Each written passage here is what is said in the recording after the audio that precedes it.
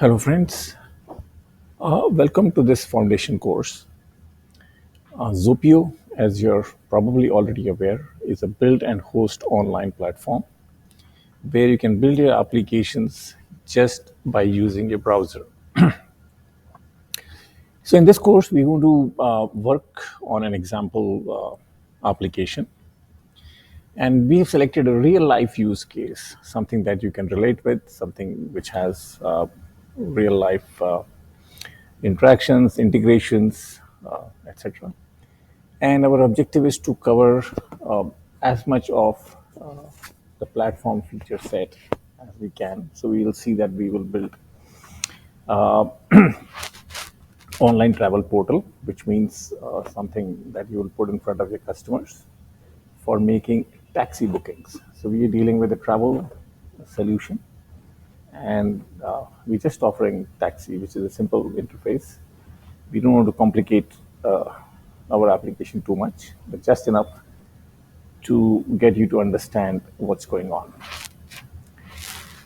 And there is a customer web portal. Then there is a mid office, an application that your organization, your company would use internally to manage the bookings, to handle customer support, and to do other things. For example, managing booking, keeping track, payments to the supplier, and everything. And then we want to use a third party supplier called Split, and which is going to be integrated into our application. And we will get the inventory and the quotes and the bookings, everything will be handled by the supplier. So a quick look at what our mid-office structure would be. These are the entities or tables, if you will. There is a bookings table, obviously, where all the bookings that happen get saved. Then we have a separate table for payments, amendments, which are actually child tables to the booking table, which means every booking can have multiple payments and multiple amendments. Why you can have multiple payments is because generally when you do a booking, you sometimes use a coupon code or use store credit, and you pay some of it in cash. So for a booking, the payment can be settled in parts using multiple modes. Then we'll have some standard settings, user, team, subscriber tables for capturing the respective details. And as we'll see that these are actually mandatory tables when we're building the application using ZOAPIIO. We'll see that these, even if you just don't want to use them, you still have to create these 4 tables because some functionality depends on it. Then our mid office will have a single operation, which is booking cancellation. So there's no online support for operation. If a user wants to cancel the booking, they will call up some hotline number, and some agent will pick it up and do this booking cancellation from the mid office. So that's our structure, and hopefully this will give you an idea of all the parts, all the moving parts in the ZOAPIIO application, and should serve as a good foundation to your further learning. So let's also take a quick look at what the final mid office will look like. Okay. So here is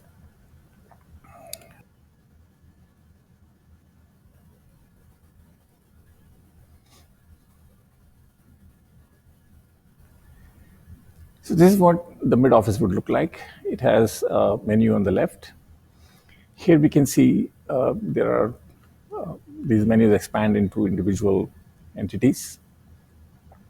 So bookings, for example, we would let's say open the bookings. Right now there's nothing because we have not done any booking, but I just came here to show you what the mid office would look like. From here we can create a new booking. Sometimes you can create an offline booking. You can see the attached payments to the booking. You can create them, change them, and you can handle the amendments. So this is what the interface would look like.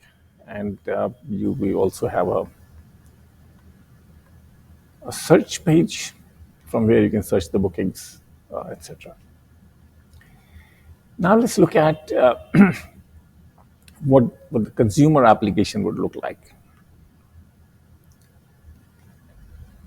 This is a glimpse of what the consumer or the customer would see.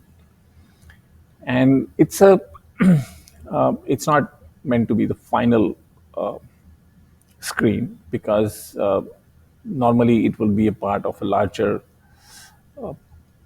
portal application where other bookings are supported and there's other information about the company and everything, but we're just taking the the booking engine and blowing it up, if you will. So this is we straight away land into the booking page, and here we have an option of fetching a previous booking that we have done and checking its status. So the way the flow proceeds is you provide your location, which for the time being we will just type.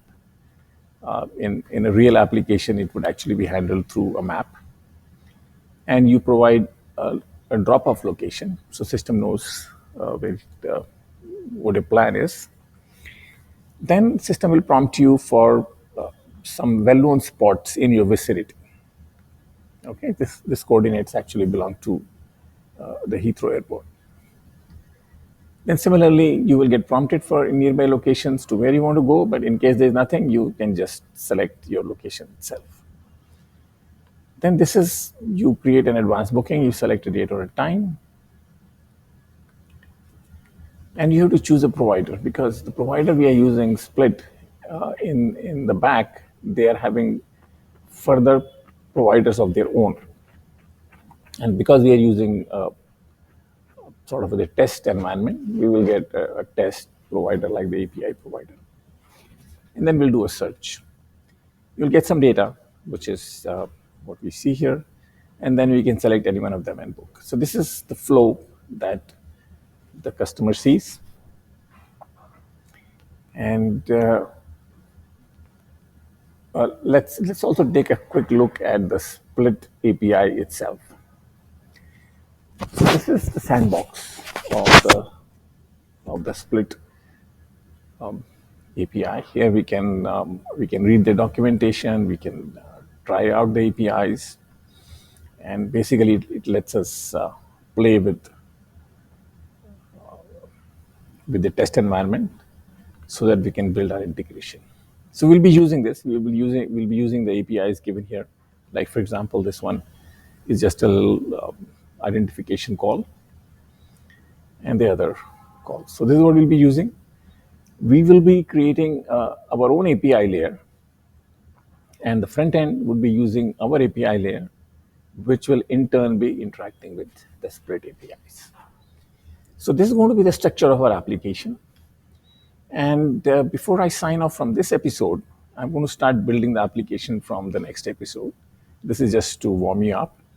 Let's also take a look at the designer, the web IDE. I'm sure if you already signed up with ZOAPIIO online, you would, when you do a login, you would come to this page. So you just simply complete your sign-in.